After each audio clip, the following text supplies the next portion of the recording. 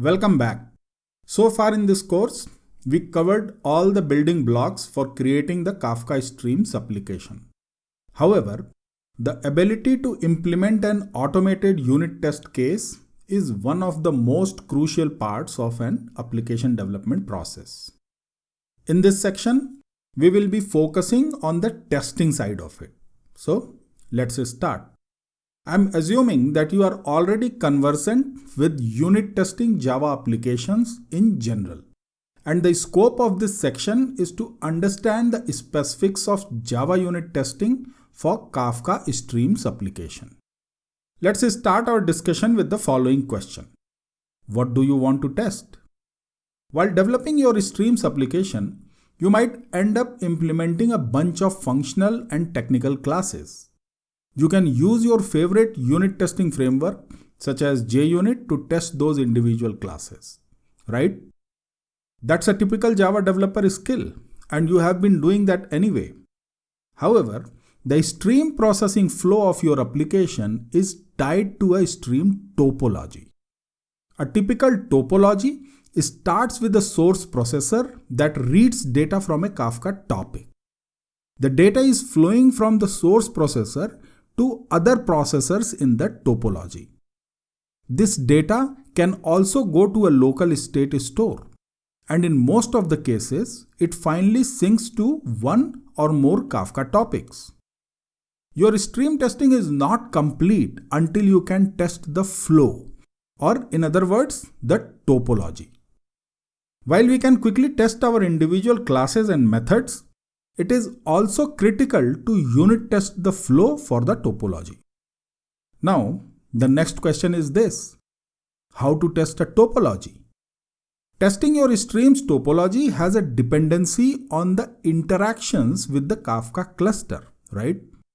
We have been manually observing all our example outputs using console logs and a local Kafka cluster. However, that approach is time consuming, which we cannot apply to create repeatable and automated unit test cases. There are two possible approaches to test a topology. The first approach is to use an embedded Kafka cluster. If you can have an embedded cluster in your application, you should be able to write code for the following. Start the embedded Kafka cluster, create the desired topics, send some data to the topic. Start your Streams application. The Streams application will consume data from the embedded Kafka cluster, process it, and finally produce the data to the target Kafka topic. Then you can read the outcome from the Kafka topic and assert it with the expected results. This approach is perfectly fine and works great for integration testing. We do have options to create an embedded Kafka cluster and perform an exhaustive integration testing. However, this method could be code heavy and complicated. I do not recommend an embedded Kafka cluster for implementing unit test cases. Instead, we need a lightweight and straightforward approach for unit testing. And here is the tool for doing that: Topology Test Driver. The topology test driver allows us to push some data to the topology and trigger the processing. It also provides an ability to read the output of the topology. Once you have these two features, implementing a unit test case is straightforward.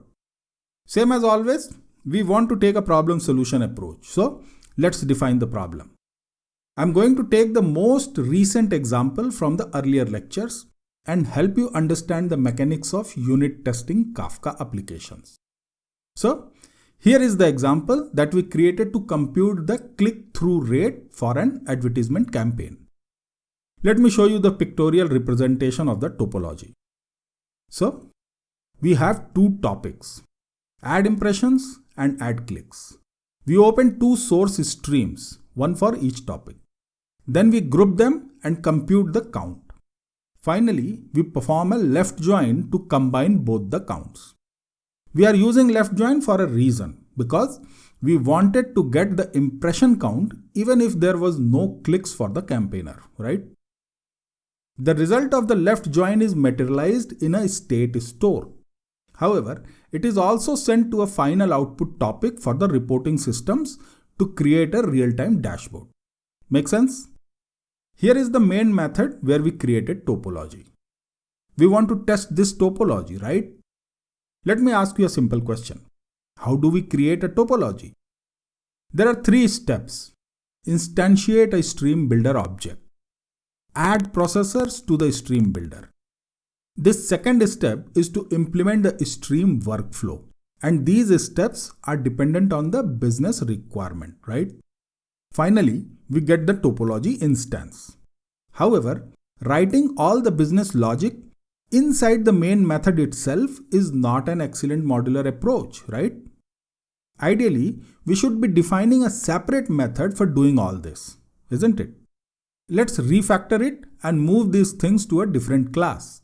This refactoring is going to allow us to instantiate the topology in our application, as well as in our unit testing code. I'll show you that. So, let me create a class. We name it as app topology. I'm going to add a void static method. Take the stream builder as an argument and move all this code to the static method.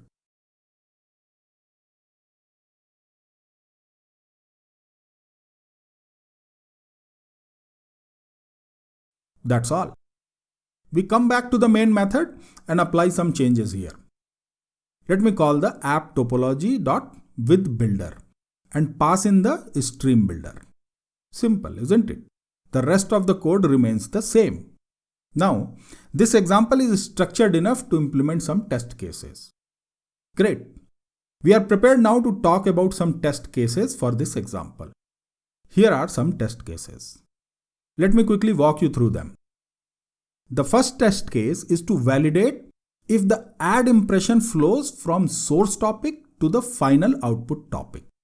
So, we are going to send one add impression and then read the output topic and validate the campaigner name and the impression count.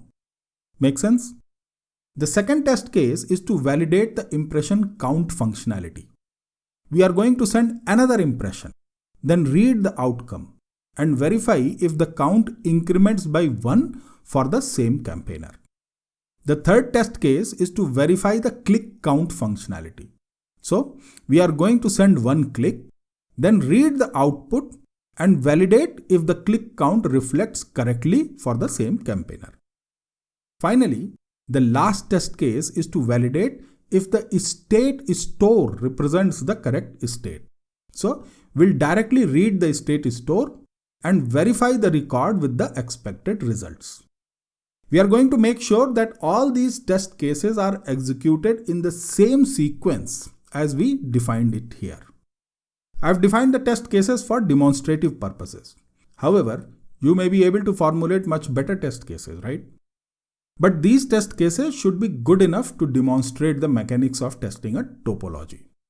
Great, the problem is defined, and we also prepared an example for unit testing. I'll implement these 4 test cases in the next lecture. See you again. Keep learning and keep growing.